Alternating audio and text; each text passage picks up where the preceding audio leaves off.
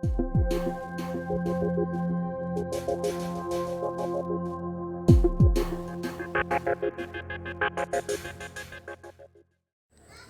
araw! Kami ang ikalawang grupo na tatalakay sa kahalagahan ng strategic management sa mga pagnenegosyo. Sa ating modernong panahon, ang mga negosyo ay nahaharap sa iba't ibang hamon at oportunidad.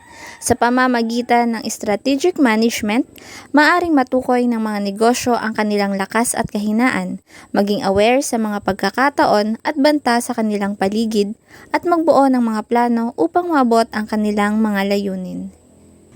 Sa mga sumusunod na eksena, makikita naman natin ang iba't ibang sitwasyon sa Pilipinas at kung paano nila ginagamit ang strategic management upang mapagtagumpayan ang mga hamon at samantalahin ang mga oportunidad.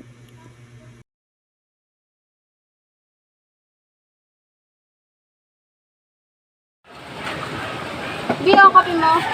Pansin ko lang, parang konti na yung bumibili sa dito sa tindahan natin. Oo nga, parang mas dumadami pa yung bumibili doon sa malaking tindahan.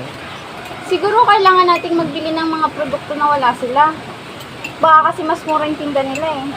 Tulad ng ano? Pwede siguro tayong magbinta ng mga yung mga fresh products kagaya ng mga gulay-gulay. Kasi marami naman tayo dito mga may tanim na gulay. Maganda nga yan. Pwede siguro tayong magbigay ng loyalty program para bumalik sa atin yung mga suki natin at mas marami pa yung bumili sa atin. Tama nga yan. Siguro tama yan para hindi tayo mas malugi.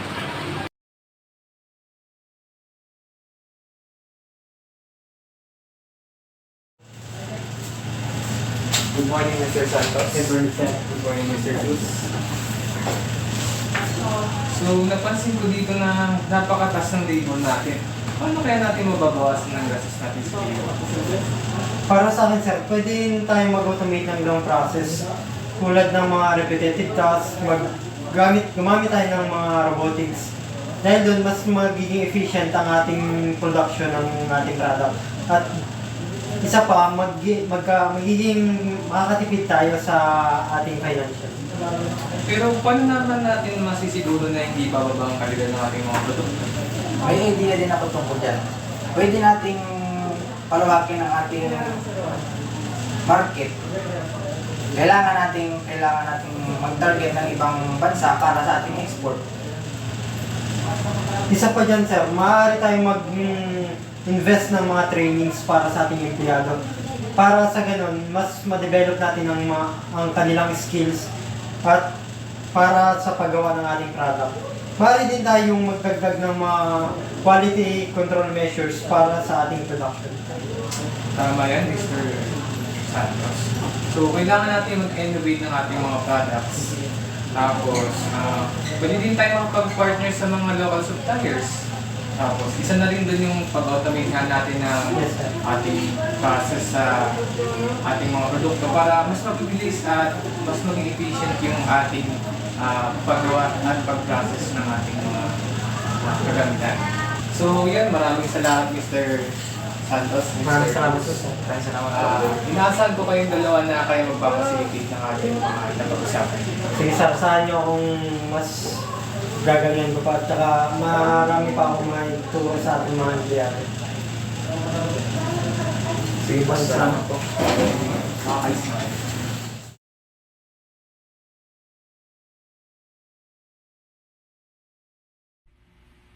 Ang baba ng occupancy rate natin kapag ka-off-peak season, paano natin ito matutugunan?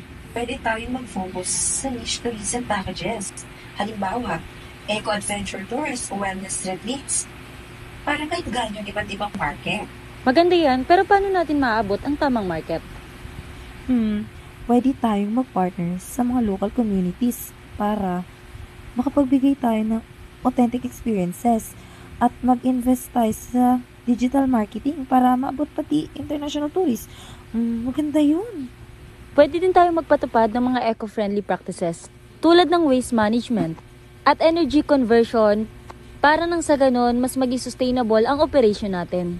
Oo, at pwede pa tayong magbigay ng support sa local communities sa pamamagitan ng CSR programs para mas maging impactful ang negosyo natin, di ba?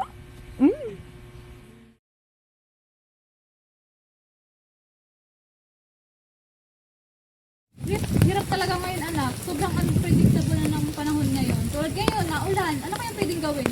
Pwede po tayong mag-apply ng climate resilient farming techniques tulad na lang ng pagtatanim ng crops na nag-a-adjust sa extreme weather. Ay, magandang ideya yan. Paano kaya mapataas ang kita, no? Pwede tayong mag-produce ng organic fertilizers or value-added products na para mas lumaki ang ating kita o di kaya mag-export para mas lalo pang lumago.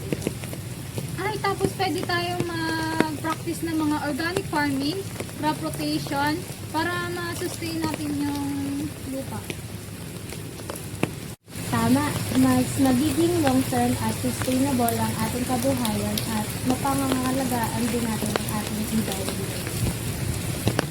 Ang mga sitwasyong pinakita ng aming grupo ay nagpapakita ng iba't ibang hamon at oportunidad na kinakaharap ng mga negosyo sa Pilipinas. Mahalaga ang strategic management upang manavigate ang mga komplikasyon at masiguro ang pangmatagalang tagumpay sa pamamagitan ng maingat na pagsusuri sa kapaligiran, pagtatakda ng malinaw na layunin at pagbuo ng epektibong mga estratehiya.